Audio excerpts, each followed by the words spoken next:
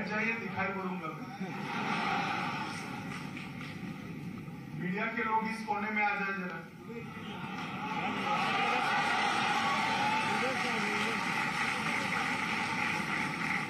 बैठ जाइए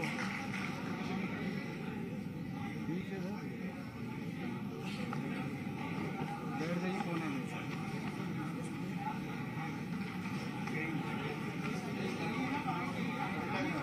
चले जाओ भाई बीच में से।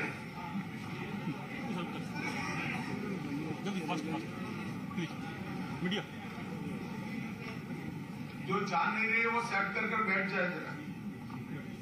बैठ जाओ भाई। अरे बैठ जाओ, मैं जिद्दी टाइप का आदमी नहीं बोलूंगा।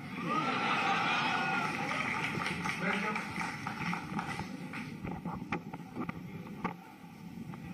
सबसे पहले आजादी के अमृत महोत्सव की इस महान श्रृंखला जो शुरू हुई है, उसमें जुड़ने के लिए मैं माता गुजरी यूनिवर्सिटी को बहुत बहुत साधुवाद और सभी स्टूडेंट को मेरे साथ एक जयकारा लगाने के लिए कहता हूं, बोले सो निहाल। कल मैं जब आया उसके पहले ध्यान से मेरा निवास और कार्यक्रम कहाँ है मैंने नहीं देखा था।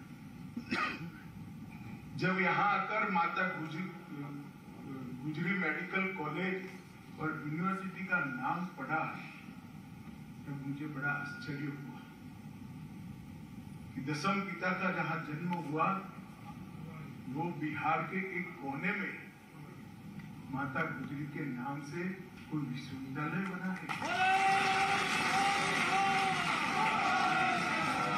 आज यहाँ जो स्टूडेंट्स हैं शायद उनको, क्योंकि आप यहाँ पढ़ते हैं, मालूम ही होता है, परंतु मैं बताना चाहता हूँ कि माता गुजरी की महानता स्वयं दसम पिता को जन्म देने से ही इस देश पर बहुत बड़ा ऋण उन्होंने किया था, परंतु इससे ज्यादा अपने दो पोतों को अपने हाथ से पाग बांधकर जिंदा चुनवाने के लिए भेजना ये किसी मां की इतनी हिम्मत है।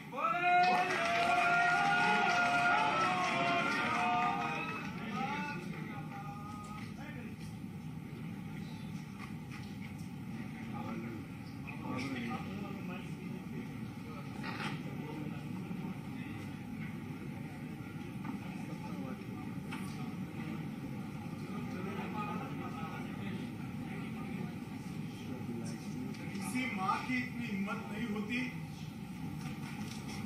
कि अपने दो पोते जिन्होंने दुनिया भी नहीं देखी है, दुनिया को समझा भी नहीं है, उसको देश और धर्म के काज जिंदा चुनवाने के लिए अपने हाथों से। ये बलिदान मैं बहुत छोटा था जब पढ़ा था, उस वक्त मेरे रोंगटे खड़े हो जाते थे। बहुत देखे हैं, बहुत सुने हैं जो अपने बेटे को हंसते हंसते मातृभूमि के लिए शहीद होने के लिए भेजते हैं, मगर ऐसा ना देखा ना सुना जो अपने दो दो पोतों को जिंदा चुनवाने के लिए मातृभूमि के लिए।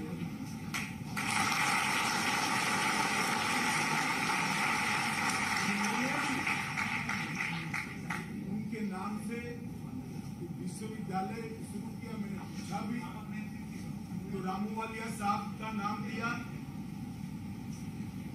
मैं रामूवालिया साहब को बहुत बहुत साधुवाद देना चाहता हूँ कि सीमांत क्षेत्र की भूमि पर दो साहबजादों के बलिदान को और माता गुजरी को उन्होंने अमर करने का काम किया है।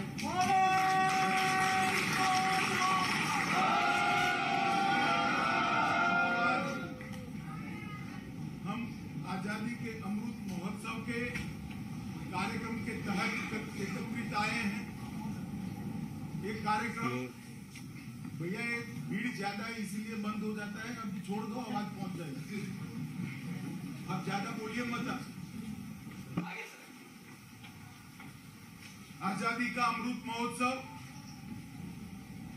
एक ऐसा पल है जो इतिहास में दोबारा नहीं आता है। इतिहास तो आगे बढ़ता है, समय आगे बढ़ता है, मगर गया हुआ पल वापिस नहीं आता है। मैं आप सभी लोग बहुत सौभाग्यशाली है कि हम उस वर्ष में हैं जिस वर्ष को आजादी के अमृत महोत्सव के रूप में जाना जाता है।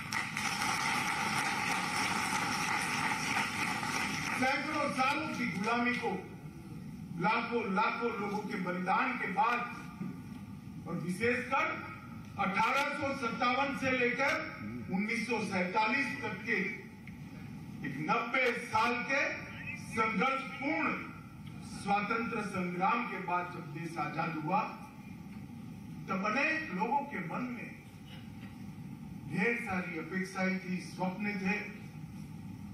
बदलती हुई दुनिया में देश अपने भूतकाल के अनुरूप फिर से एक बार विश्व के सर्वप्रथम स्थान पर बैसेगा, ऐसा स्वप्न देखकर कई लोग हंसते हंसते फांसी के मंच पर चढ़ गए। 17 साल का खुदीराम बोझ हो या 23 साल का सरदार भगत सिंह हो, किसी ने यह नहीं सोचा था कि मेरे जीवन में बाकी क्या बचा है। इन्होंने ये सोचा था कि मेरे बलिदान से अगर इस देश को आजादी मिलती है तो मेरे जीवन में मेरा कुछ नहीं बचा। और ऐसे बलिदानियों के बलिदान से ये देश आजाद हुआ। 75 साल तक की यात्रा हमने बड़े गौरव के साथ समाप्त की। हमारी गति पर कोई सवाल उठा सकता है, कोई कहेगा कम गति से आगे बढ़ेंगे, कोई कहा ज्यादा गति से आगे बढ़ेंगे। जिसके हाथ में देश की जनता ने शासन दिया वो सभी ने अच्छा किया है। मगर अभी आजादी के 75वें साल में बहुत बड़ी घटना हुई है, मैं आपको बताना चाहता हूं। अर्थतंत्र की तालिका में 2014 में हमारा देश 11वें स्थान पर था और आज आजादी के अमृत महोत्सव में वो 5वें स्थान पर आ। जैसे तो आने को वो 7वें स्थान से 6ठे स्थान पर भी आया था, मगर वो इतना महत्वपूर्ण नहीं है।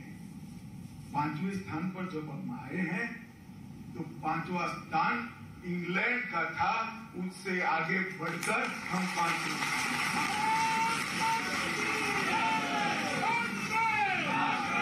कोई शोर शराबा करे बगैर आज हमने पूरी दुनिया को बताया है कि 75 साल में हमने हमारे पुरुषार्थ से, हमारे धैर्य से, हमारे सही मार्ग से आपसे आगे निकलकर हमने बताया कि जो कहते थे कि अगर अंग्रेज चला जाएगा तो देश बिखर जाएगा, वो अंग्रेजों के देश से आगे बढ़कर आज हिंदुस्तान ने आजादी को सार्थक करने का काम किया है।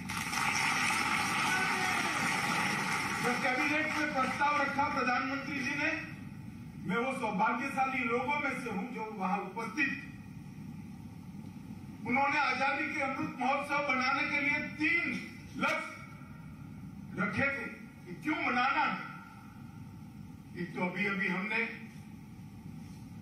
बिहार के स्वतंत्र सेनानियों का, उनके परिजनों का सम्मान किया। हमारे स्वतंत्र संग्राम के कई जाने अनजाने महान योद्धाओं को आज की पीढ़ी नहीं जानती। जब तक आज की पीढ़ी उनको नहीं जानेगी, उसके जीवन में क्या करना है उसका उद्देश्य स्पष्ट नहीं होगा। ये 17 साल के खुदीराम बोझ ने गीता लेकर हाथ में फांसी के फंदे पर चढ़ा। उसने नहीं सोचा था कि मुझे एक अच्छी नौकरी मिल जाएगी, मैं बहुत बड़ा व्यापारी बन जाऊंगा, मैं अच्छे से प्लेसमेंट करा लूंगा। कभी नहीं सोचा। 23 साल के सरदार भगत सिंह वहां से भागने की सारी संभावनाएं उपलब्ध होने की जगह इसीलिए सरेंडर किए कि मेरे फांसी पर चढ़ने से देश में चेतना जागृत होगी जो अंग्रेजों को निकाल बाहर कर। जब तक के इतिहास को देश का युवा नहीं जानता, और ऐसे अनेक पात्र है हमारे। मैंने अभी दसम गुरु का और उनके साहबजादों का नाम दिया, माता गुजरी का नाम दिया। ये बिहार की भूमि पर ही वीर बाबू कुंवर सिंह थे। सन 57 की क्रांति में 7 बार अंग्रेजों को हराने वाला 85 साल का वो वीरा पराक्रमी शेर, जब गंगा पार करते हुए इसके हाथ में गोली लग गई, अपने दाहिने हाथ से बाया हाथ काट दिया कि अब एक निकम्मा हो गया मेरा हाथ, भारत माता के काम में नहीं आएगा, और लड़ता रहा और अंतिम सांस तक देश को आजाद कराने का प्रयास किया। इस प्रकार से अनेक वीरों ने अपनी कुर्बानियां देकर इस देश को आजाद करने के लिए प्रयास किया था। वो इसलिए किया था कि हमारा जो भव्य भूतकाल है, पूरी दुनिया इस देश को सोने की चिड़िया के नाम से जानती थी। तक्षशिला, विक्रमादित्य और नालंदा में विश्व भर के लोग मेडिकल साइंस, इंजीनियरिंग की तकनीक, वेद, उपनिषद और विश्व भर की भाषाओं का व्याकरण पढ़ने के लिए आते थे। शिक्षा में भी हम अद्भुत थे, व्यापार में बहुत आगे थे, समृद्धि में पूरा देश हमारा, दुनिया हमारा लोहा मानता था। वो स्थान पर पहुंचाने के लिए देश को उन्होंने अपना बलिदान दिया था। और वो जब तक आज का युवा नहीं जानता, वो अपने जीवन के लक्ष्य तय करने में गलती कर देगा। इसलिए मोदी जी ने तय किया है कि आजादी के अमृत महोत्सव को पूरे स्वतंत्रता सेनानियों को, आज के युवाओं को समझाने के लिए, और हमारा जीवन हमारे लिए तो है ही। आपका विकास होगा तभी देश का विकास होगा। आपके विकास के बगैर देश का विकास संभव नहीं। मगर क्या साथ में हम कुछ ऐसा कर सकते हैं जिससे देश को महान बनाने की ये प्रक्रिया में और तेजी आए, और गति आए? और जब देश महान बनता है तो हम सब महान बनते हैं, क्योंकि भारत महान बनता है तो भारतीय महान। तो एक उद्देश्य तो ये था कि आजादी के अमृत महोत्सव को इस देश का युवा इस मौके पर हमारे स्वतंत्र सेनानी को जाने। दूसरा ये था कि 75 साल में हमने जो किया है उसका हम महिमा मंडन करें, गौरव गान करें, और इसके लिए जिन जिन ने योगदान दिया है वो सबको हम याद करें। हम जब यहाँ आजाद हुए सुई नहीं बनाते थे, मंगल ग्रह तक यान भेजने का वाला भारत बन चुका है।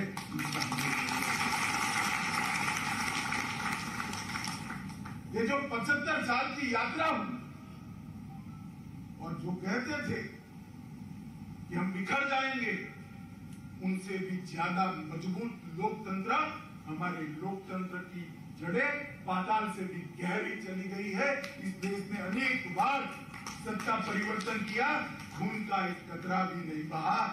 किसी को चुना, नहीं चुनकर आए वो चले गए, चुनकर आए वो बैठ गए और शासन करने लगे।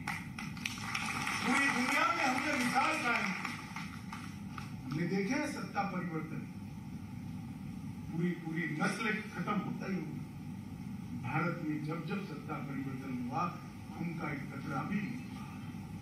हमने लोकतंत्र की हमारी जड़ों को पाताल से गहरा करने का काम किया है। इसका महिमा मंडन करना, 75 साल की सिद्धियों का, और तीसरा 75 साल से 100 साल, 2047 में देश के जब आजादी की शताब्दी मनाई जाएगी, तो 75 साल से 100 साल एक अमृत काल के लिए क्या करेंगे? अमृत काल में हर क्षेत्र के अंदर देश कहां होगा ये लक्ष्य तय करना है। मेडिकल साइंस में हम कहां खड़े होंगे? अंतरिक्ष के विज्ञान में हम कहां खड़े होंगे?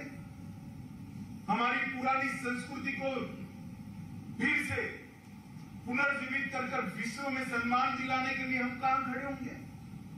हमारी भाषाओं का संरक्षण और संवर्धन को बढ़ाने के लिए हम कहां खड़े होंगे 100 साल के बाद? देश का अर्थतंत्र 100 साल में क्या दुनिया में एक नंबर का अर्थतंत्र बन सकता है? देश की सेनाएं इतनी आधुनिक और मजबूत बन सकती है कि कोई हमारे देश के सामने टेढ़ी आंख से नजर डालने की हिम्मत नहीं।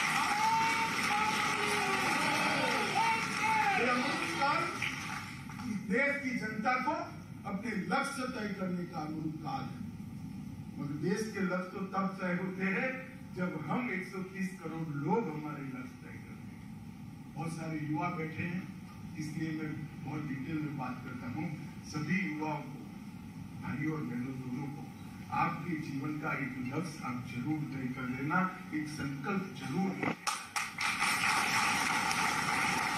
इतना ही हो कि वो संकल्प आपके लिए।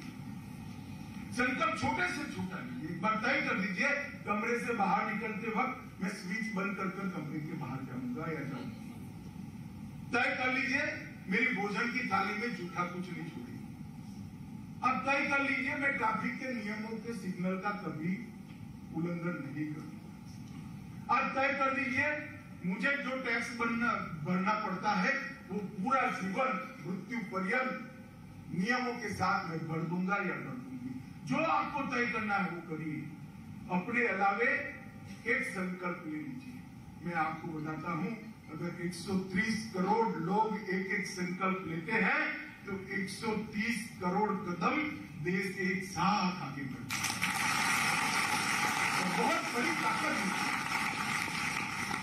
आजादी के अमृत काल देश के लिए संकल्प लेने का समय है। 130 करोड़ नागरिकों के लिए भी संकल्प लेने का समय है और वो 130 करोड़ नागरिकों ने उसको जीवन पर्यंत निभाना है। मैं आपको विश्वास दिलाता हूं, मेरे सामने युवा बैठे हैं। आजादी की शताब्दी जब मनाई जाएगी, हम मंच पर बैठे, इसमें से शायद कोई नहीं होगा, मगर आप लोग जरूर होंगे, जरूर। और आप ऐसे भारत के नागरिक होंगे जिस भारत पर हर भारतीय नाच करेगा, गर्व करेगा, ऐसे भारत की आप। इसके लिए एक सामूहिक पुरुषार्थ की जरूरत है। इसके लिए सामूहिक संकल्पवान राष्ट्र की जरूरत है और इसके लिए एक दिशा में काम करने वाले 130 करोड़ लोग एक दिशा में अपना पुरुषार्थ करें, इसकी जरूरत है। और इसी के लिए आजादी का अमृत महोत्सव मनाने का निर्णय किया है। ये सांस्कृतिक कार्यक्रम, ये आजादी के संग्राम के लड़ने वालों का सम्मान और देश के हर क्षेत्र के अंदर लक्ष्य करने का समय, ये आजादी के अमृत महोत्सव का वर्ष है। और आजादी का अमृत काल हर क्षेत्र में भारत को नंबर 1 सर्वप्रथम बनाने का और विश्व में विश्व गुरु के स्थान पर प्रस्तावित। भाइयों बहनों, मैं आपसे क्षमा प्रार्थी हूँ कि आपके रसद क्षति मेरे कारण हुई है। बहुत अच्छा कार्यक्रम चल रहा था, मीटर डाउन हो रहा है, मुझे जाना पड़ेगा, मगर मैं आपसे बात करना चाहता था, इसलिए मैंने कहा कि भाई बीच में सांस्कृतिक कार्यक्रम रोककर मैं 10 मिनट बात करना चाहता हूँ। मेरे 10 मिनट समाप्त हुए। आप सबों को व्यक्तिगत जीवन की बहुत बहुत शुभकामनाएं देकर मेरी बात समाप्त करता हूँ। धन्यवाद।